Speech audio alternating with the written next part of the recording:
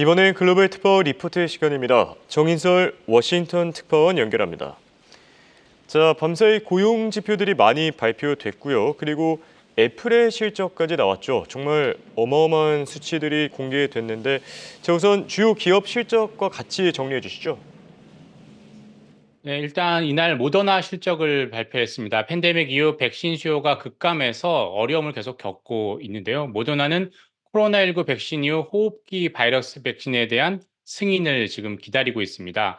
3분기에 출시될 것으로 기대되고 있는데 아직까진 실적에 반영되지 않고 있습니다. 모더나의 1분기 주당 손실은 3.07달러로 예상치인 3.58달러보다 좀 낮았습니다. 매출은 1년 전보다 90% 줄었지만 그래도 전망치인 9,750만 달러를 71%나 상회하는 1억 6,700만 달러였습니다. 이 때문에 이날 모더나 주가는 13% 이상 상승했고요. 자, 기대했던 이 애플도 이날 장 마감 후에 실적을 발표했습니다. 시장 예상치를 훨씬 웃도는 분기 실적이었는데요.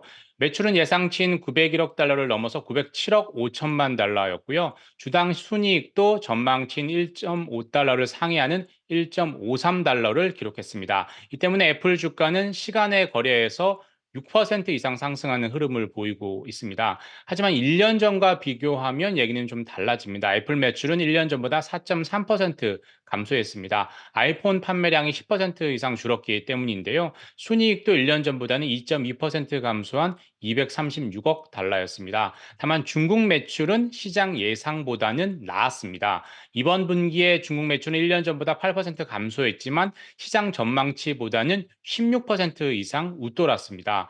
중국 업체인 화웨이에 좀 밀리고 있다라는 우려가 다소 수그러들 수 있는 부분이겠죠. 하지만 그동안 애플 주가는 다른 빅테크에 비해 아주 부진했습니다. 그래서 애플은 이날 주가를 부양하기 위해 회사 역사상 최대 규모인 1,100억 달러의 자사주 매입 계획을 승인을 했습니다. 지난해보다 22% 증가한 수치입니다. 애플은 이달 7일에 아이패드 신제품 발표를 하고요. 다음 달엔 애플 개발자 회의를 엽니다. 여기서 어떤 AI 계획을 발표하느냐, 향후에 또 아이폰 신제품에 대해서 어떤 얘기를 하느냐에 따라서 단기적으로 애플 주가 향방을 가르는 분기점이 될 전망입니다. 네, 그리고 또 애플의 컨퍼런스 콜과 관련된 내용은 잠시 뒤에 또 정리해드릴 예정이고요. 현재 시간 외 거래에서 6% 넘게 오르는 점 참고하시기 바랍니다. 자, 그리고 이번 주에 또 이벤트가 아직 남아 있습니다. 자, 중요한 이벤트 가운데 하나죠. 이 비농업 고용 지표 바로 오늘 밤에 발표되고요. 또 호주의 통화정책회의, 영국의 통화정책회의, 다음 주에는 이제 많은 통화정책회의들이 예정돼 있는데 이 부분 같이 전해주시죠.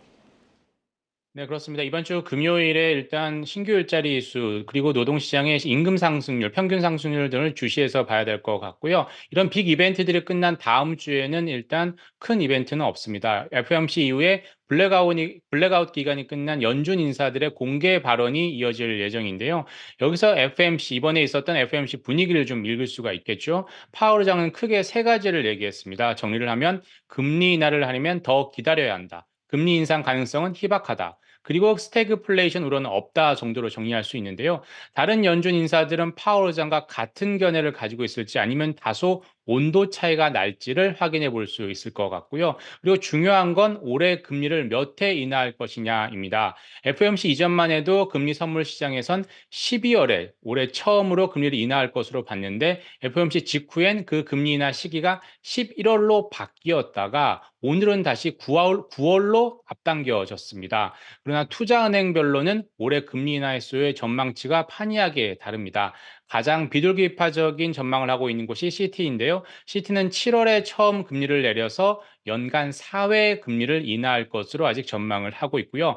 반면 BOA는 12월 한 번 인하로 그칠 것으로 보고 있습니다. 금리 인하 횟수 부분에 대해서도 연준 인사들이 어떤 의견을 개진할지 주의 깊게 지켜봐야 될 것 같습니다. 그리고 영국과 호주가 기준금리를 결정합니다. 현재 시간으로 호주가 다음 주 화요일인 7일, 영국이 9일에 금리를 결정합니다. 두 곳 모두 동결할 가능성이 큰데요. 그보다 현재 인플레를 어떻게 판단하고 앞으로 어떻게 될지에 대해서 전망을 하고 향후에 금리를 언제쯤 내릴 것인가에 대해서 예상해 보는 게 좀 더 중요한 관전 포인트가 될 것 같습니다. 지금까지 워싱턴에서 한국경제신문 정인설이었습니다.